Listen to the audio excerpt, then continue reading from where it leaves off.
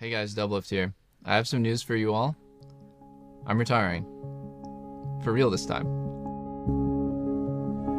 So if you followed my career, you probably think, oh, he's just retiring again. He's gonna come back again. This always happens. Okay, so it's happened 2 times before. And the first time in Season 7, I took a break. I was having like pretty poor mental health and I didn't think I could play my best with just how I was feeling at the time. And I was always a break. I always announced it was a hiatus, you know, I never retired. And the second time... Bro, that was not how it was communicated back then.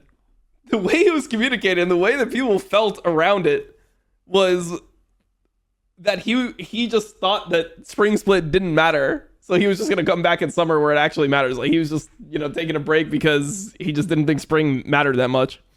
Which was immediately after my split on TSM in Season 10. I retired. But actually what happened is I never wanted to retire. I felt kind of forced to because it was either playing on a shit team or taking a break, kind of like gathering myself a bit, stream, keep my skills up, and then come back the next year. Unfortunately, it did end up turning into like a pseudo 2-year retirement, but I always intended to play and I always wanted to come back. And if you watch my stream then, people would ask me like, oh, are you ever coming back? Like, I would never give them a straight answer, you know, because I always knew in my heart I was going to come back and give it one last shot. And okay, now that I have, and I feel like I did prove quite a lot to myself and to my fans, this is just a decision that I'm never going to walk back from. Like, this is final.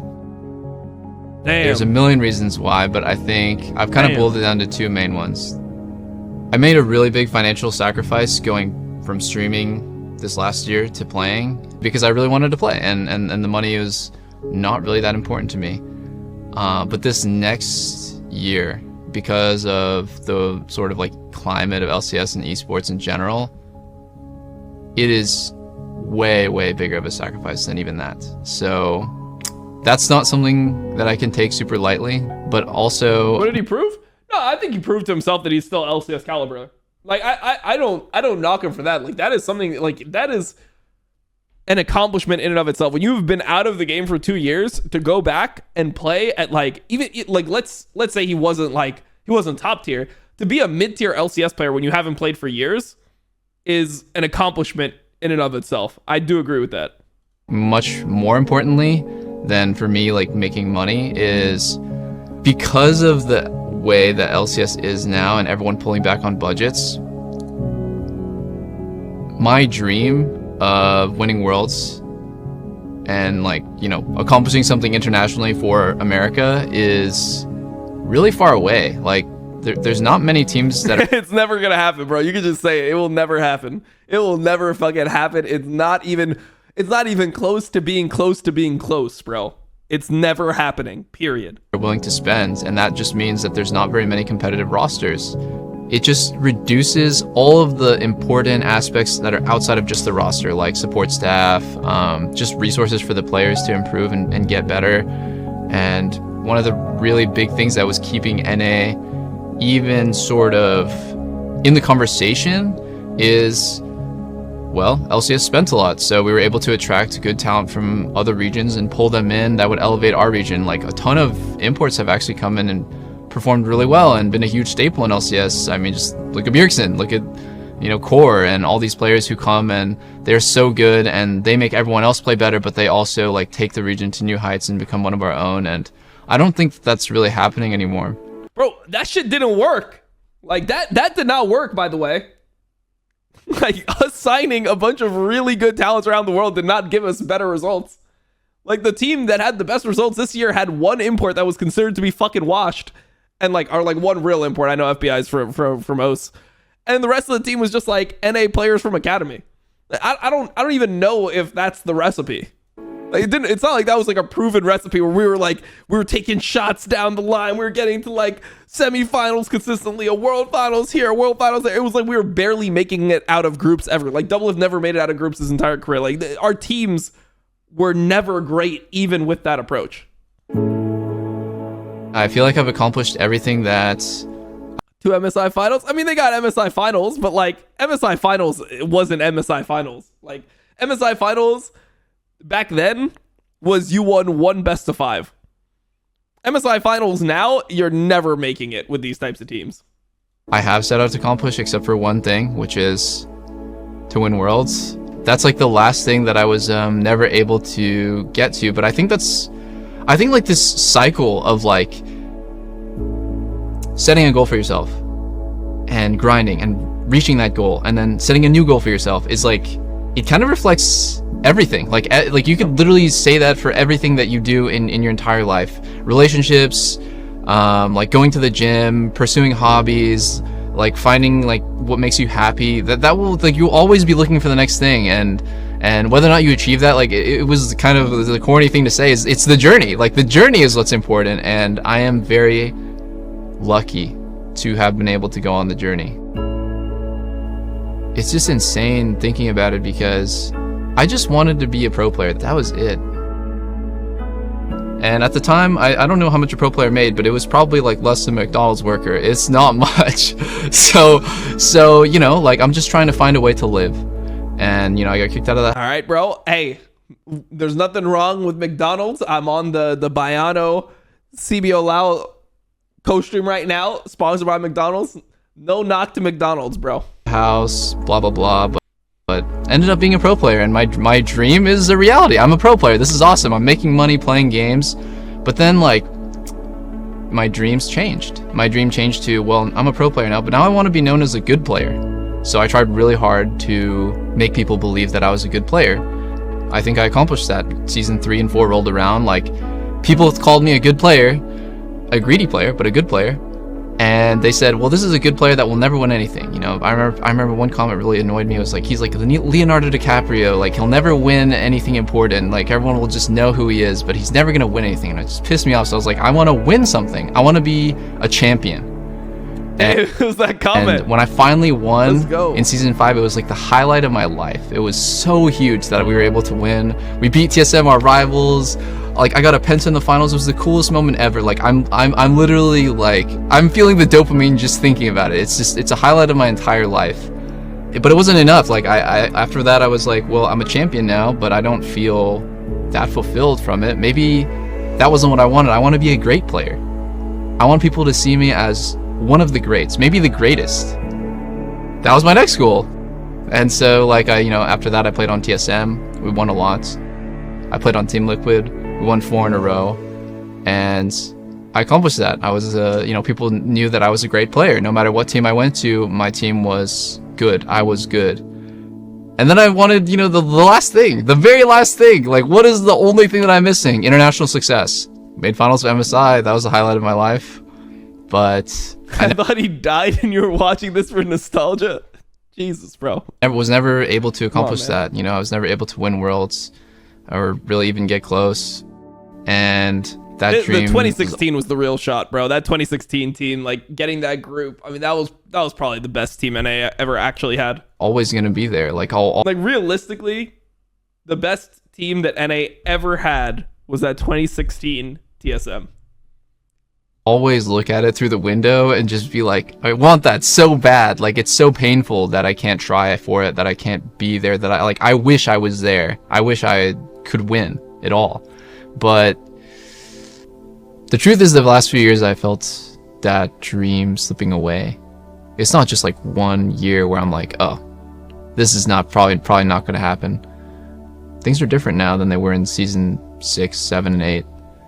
And the sacrifice. Yeah, no, like you could still cope in season 6, 7, and 8. Like even in season 6, like I wasn't playing in season 6, but I was like considering coming back for season 7 and season 8, and like even my mentality was like, look, season 6, we weren't that bad. Even though we didn't make it out of like groups with TSM, we weren't that bad. It was kind of unlucky. Like that team could have like probably made semifinals. Like that team underperformed. They should have made at least semis. Like it wasn't that far away. Now it's like so impossible to even conceive of a world's win.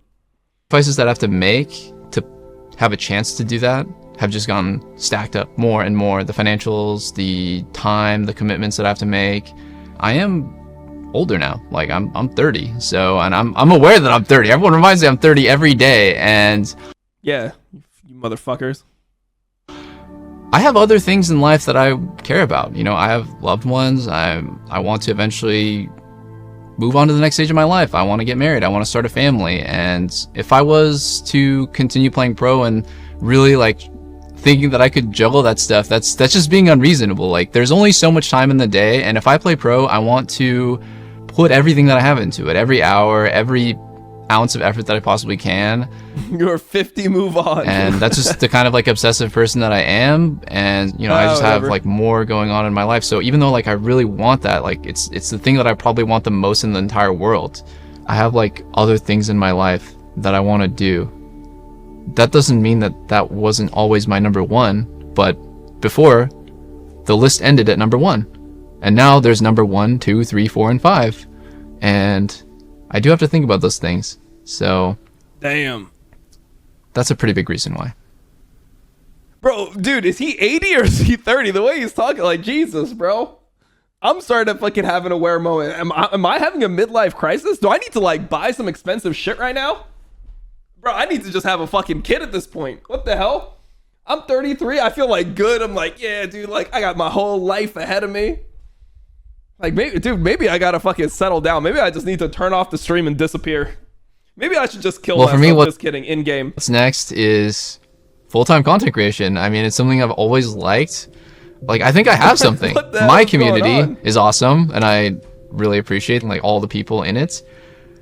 But also, I think like the League community is just one that I've grown up with, and that I just kind of want to like keep contributing to and being a part of. Yeah, I still have a ton of passion for the game and for the community. And bro, for the community. All right, bro. I'm gonna be engaged with it more than ever. You know. Fuck this dumbass community. I like my stream and like Yamato's stream. I like some communities, I guess. I don't think I like the general League community though. We're doing streams, watch parties. Of like, bro, the general League community hates you too, motherfucker. Like, did you not see that post 2 days ago, Doublelift? They were shitting on both of us nonstop. They called you fucking stupid, bad. They said you never know what's going on in pro games. Like, come on, man. LCS, of Worlds, of all the like League related events, like still playing the game, still being like perfectly engaged with the community and making content. It's something I've had like varying degrees of passion about in the beginning when I really cared about what people thought about me, and I wanted hair ahead. Bro, my hairline's fine, bro. Just chill out with the hairline. The hairline's good. We're fine. To be liked. That's the thing that I wanted the most in life. Is just like I want people to like me. I want people to think that I'm good. I want people to basically just care about me, because I didn't really have that much as a kid, and I loved streaming. It was like I could literally stream like 16 hours a day. In fact, when I was on TSM, I distinctly remember if we had an off day, I was so happy, because that means that I could stream all day.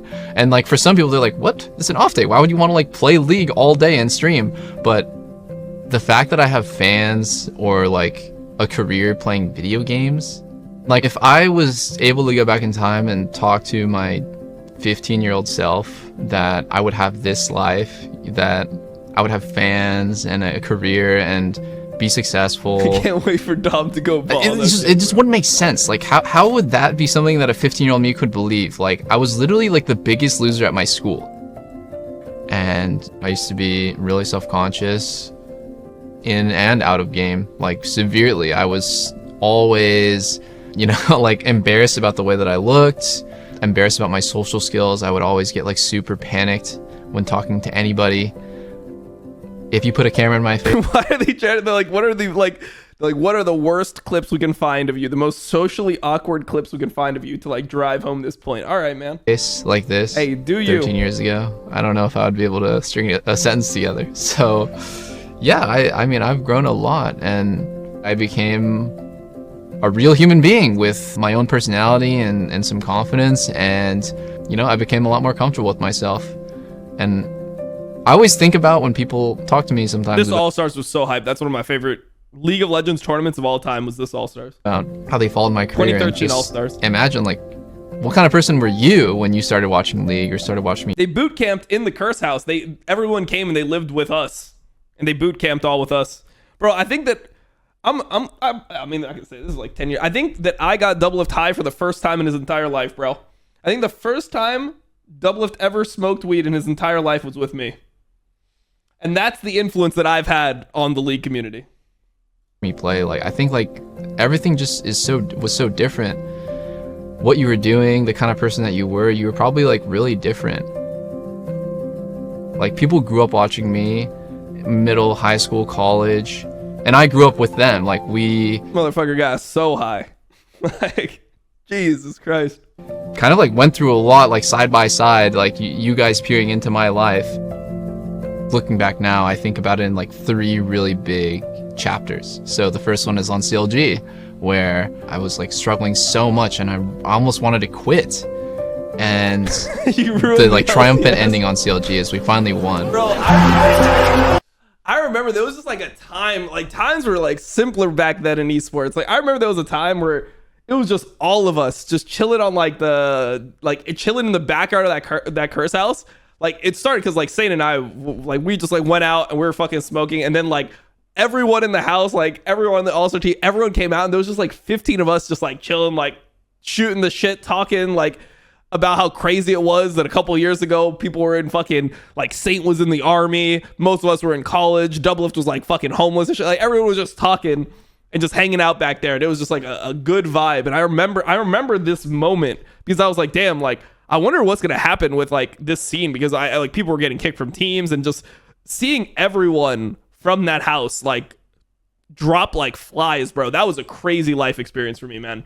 Seeing like all these people that I became best friends with, like slowly just like this guy's cut, this guy's cut, this guy's cut. Like it was crazy to see like how everything progressed. And then at the end, I was like, motherfucker, I'm living with Piglet, 2 Koreans that I can't, that like just completely different vibe, and 2 17-year-olds, bro. That's what happened. It went from all the fucking homies to 2 Koreans that I couldn't really communicate with, and 2 17-year-olds, and I was 25 years old. That's when it was time to retire, boys. And the faithful shall be rewarded. And that was like such a huge moment for me, my first win. And then the second one on TSM. Get the GA. This was an insane play. I think that's like probably Doublelift's like most iconic play to me. Was the When I think about Doublelift's career, I think about that moment. most popular and hyped roster, and the biggest league has ever been in America. Dom was 25 in 2015. All right, at the end of 2015, I was 25. Yeah. Yeah, so what, motherfucker? Cement themselves as the most dominant organization in North American League of Legends. And then on Team Liquid, we had such high expectations, and we still met them. Back to back to back to Victor play, I back. meant positive play. And they are the best team North America has ever produced.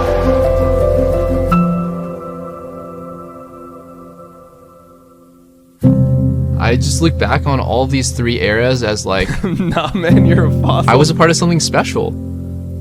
I think everyone who watched those rosters know that it was something special. The hype, the heartbreak, those moments are kind of forever burned into my memory.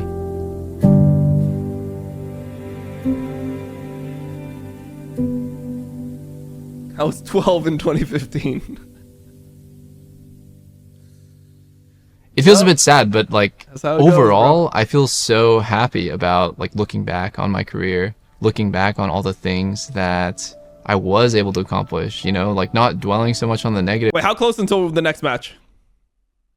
Okay, we're good. but just thinking about like, wow, I can't believe I was so lucky to have these experiences, to do all these things. A lot of people would be very happy. And that's like something that I've struggled with my entire life, is just to be happy with what I've done, to be happy with what I have, to not always be seeking out the next thing and be sort of stressed out that I can't get there, but to be appreciative of the things that I already do have and that I have done. So yeah, looking back, like I am genuinely happy. Good shit.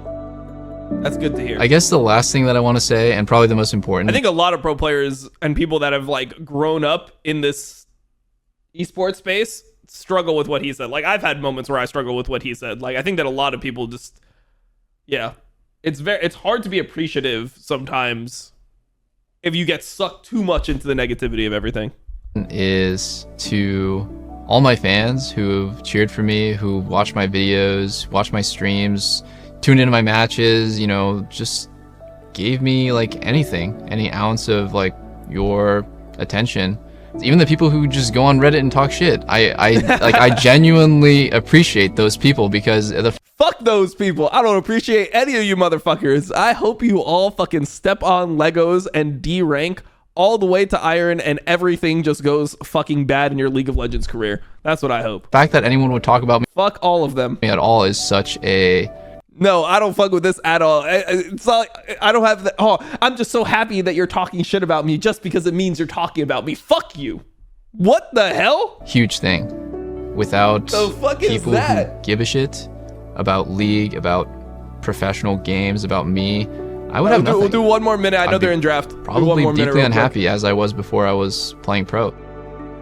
You know, when I was growing up, I would watch videos and interviews of It's only pro 50 more. players It's of only games one that more I minute. liked, Wreckful Then we go and draft. like Idra and all these old school pro players. You guys probably don't even know who they are, and I know all would dream at night of being them, because it was so cool to me that they were pro players, that they made had money those- playing I had video esports games, dreams. and the amount of money and the amount of like fame / success that those guys had, it kind of like the whole scene, it like pales in comparison to what it is now. Yeah. And that I was actually able to live out that dream that I had is so amazing. Yeah, I'll always be in debt of my fans, you know. I'll always like owe you guys everything that I have. So yeah, thank you. Big. That was a good video. I like that. That's a good retirement.